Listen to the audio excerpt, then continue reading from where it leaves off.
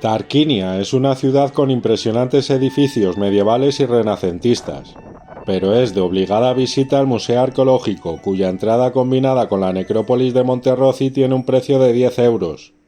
Una verdadera ganga para lo mucho que hay que ver. En el museo se pueden ver importantes piezas del gran legado etrusco, todas ellas del primer milenio antes de Cristo. Y mientras expongo las imágenes de dichas piezas trato de resumir como puedo la historia de Tarquinia etrusca, a la que personalmente pongo el apodo simbólico de Padres de Roma.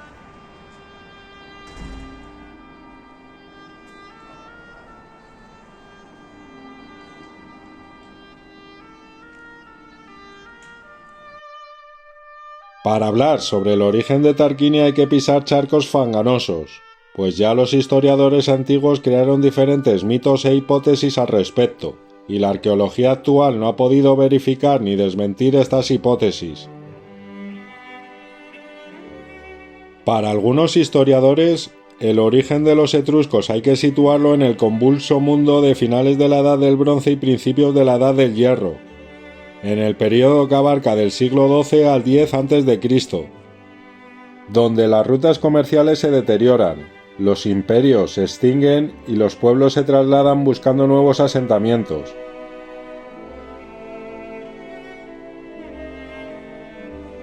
El mítico fundador de los etruscos es Tirreno, quien emigra desde Anatolia Occidental a la península itálica fundando las ciudades que con el tiempo se convertirán en las más importantes de la Liga Etrusca. El hermano de Tirreno es Tarcón, quien reina en la ciudad que tendrá su nombre Tarquinia. Aquí hay que mencionar que en las crónicas egipcias de Meremtá y Ramsés III aparece el pueblo de los Terés, quienes pretendían establecerse en el delta del Nilo pero fueron vencidos y expulsados. Algunos afirman que estos Terés son los tirrenos, mientras otros sostienen que es una coincidencia lingüística.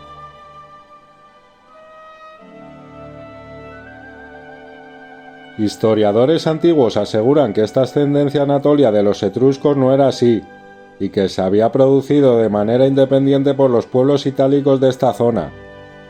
Pero la sofisticación de los etruscos, siendo la civilización más próspera del Mediterráneo occidental en la primera mitad del primer milenio antes de Cristo, hace difícil pensar que fue de manera autónoma, sin algunos aportes extranjeros.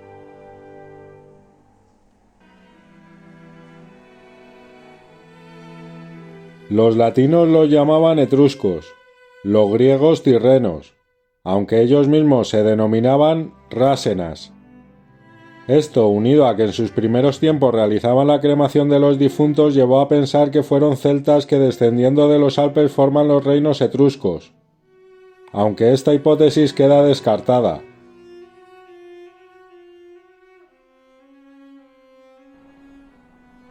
En el tema genético se hizo estudios buscando conexión de Anatolia y la península itálica, y no hay aportes del siglo XII a.C., aunque sorprendentemente sí hay conexión mucho anterior, del milenio IV a.C.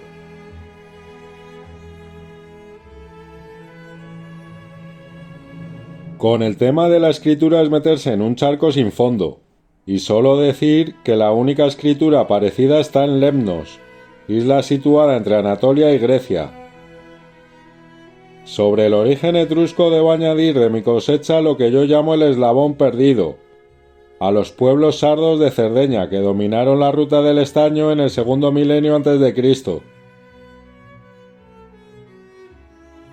¿Y tú con cuál hipótesis te quedas? O si tienes alguna nueva, se agradece me la dejes en los comentarios.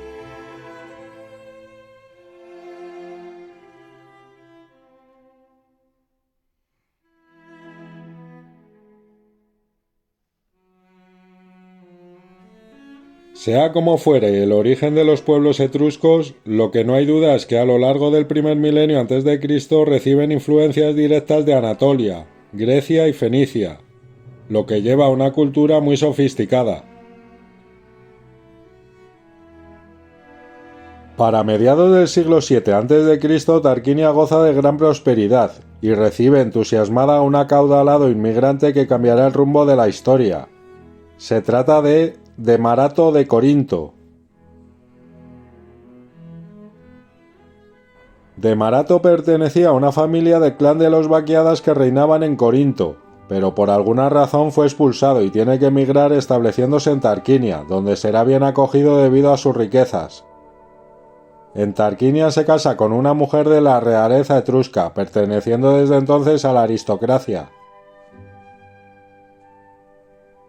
Tienen varios hijos que reinarán en otros pueblos extendiendo los dominios de esa familia, pero solo nombraré a Lucio Tarquinio Prisco, quien recibió una educación helénica y se casa con Tanaquil, importante sacerdotisa de la aristocracia tarquinia, capaz de interpretar las señales de los dioses y adivinar el futuro.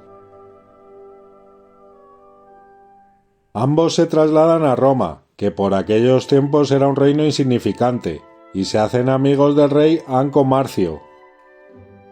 Cuando éste muere, Lucio Tarquinio consigue que le nombren rey de Roma.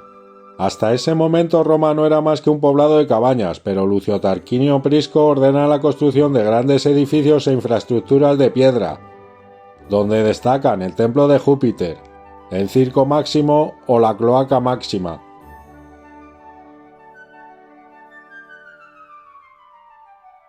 Aunque es nombrado como el quinto rey de Roma, lo cierto que es el primer rey en dar prosperidad y hacer crecer la ciudad de Roma. Realiza numerosas campañas militares conquistando ciudades a sabinos y latinos. En una de estas campañas hace prisionero al joven príncipe Servio Tulio, al que educa como un hijo.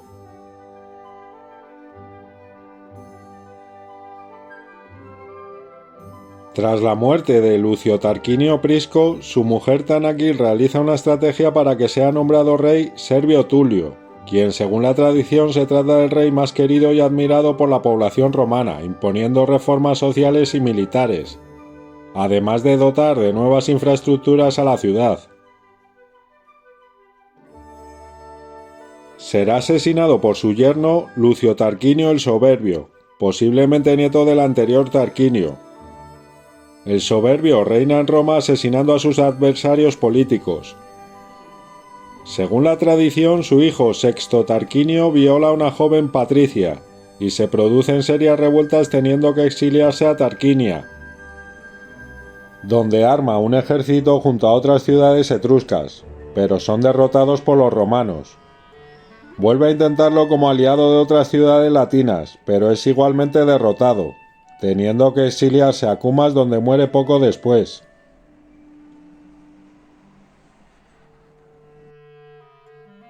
Lucio Tarquinio el Soberbio es el último rey de Roma y desde entonces se establece la República, condenando a muerte a cualquiera que pretenda reinstaurar la monarquía y castigando con el destierro a toda la familia de los Tarquinios.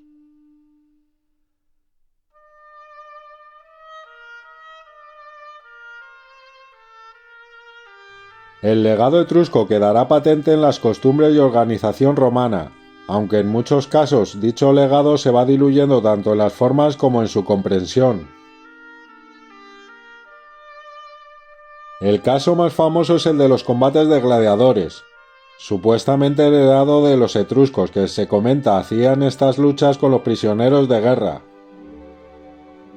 Los desfiles de la victoria al regresar de una campaña militar es indudablemente herencia etrusca. El símbolo del fascismo, sin las connotaciones actuales, es igualmente una herencia etrusca y adoptada en los primeros tiempos de la República, aunque poco después la desechan. El circo y las carreras de carros. Las hordas de caballería ya eran utilizadas por los etruscos, aunque los romanos confían más en la infantería, tal vez por falta de caballos. También son herencia etrusca muchos aspectos de la organización social, leyes y distintas costumbres tanto civiles como en el arte. Incluso muchos de los dioses romanos parecen pertenecer al gran legado etrusco, aunque desde el siglo II a.C. se pretendió ver que fueron adoptados de los griegos. Digo solo algunos nombres porque la lista es interminable. La diosa etrusca Uni, que es la romana Juno y la griega Hera. la diosa etrusca Merva, que es la romana Minerva y la griega Atenea, el dios etrusco Maris, que es el romano Marte y el griego Ares, el dios etrusco Satres, que es el romano Saturno y el griego Cronos,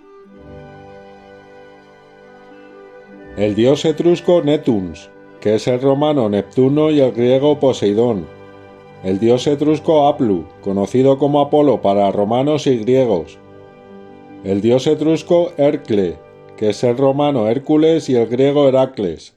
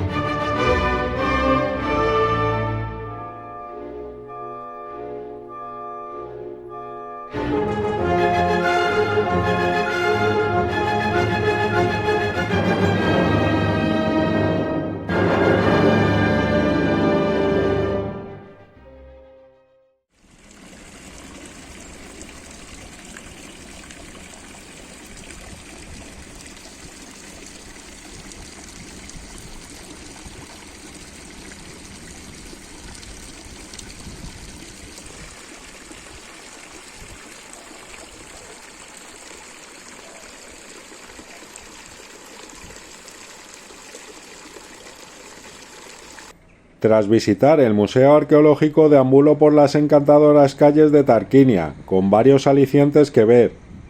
Murallas, plazas, duomo, iglesias, monasterios y muchas torres. Pero no daré ningún detalle más. En Tarquinia pongo punto final a este viaje por Etruria, Italia, y aunque para el siguiente vídeo os pongo las impresionantes tumbas de la necrópolis Monterrossi, este es el momento de la publicidad subliminal, pidiendo la suscripción, un like y por supuesto déjame cualquier comentario que creas oportuno. Nos vemos en el siguiente capítulo de Senderos de Piedra y Agua.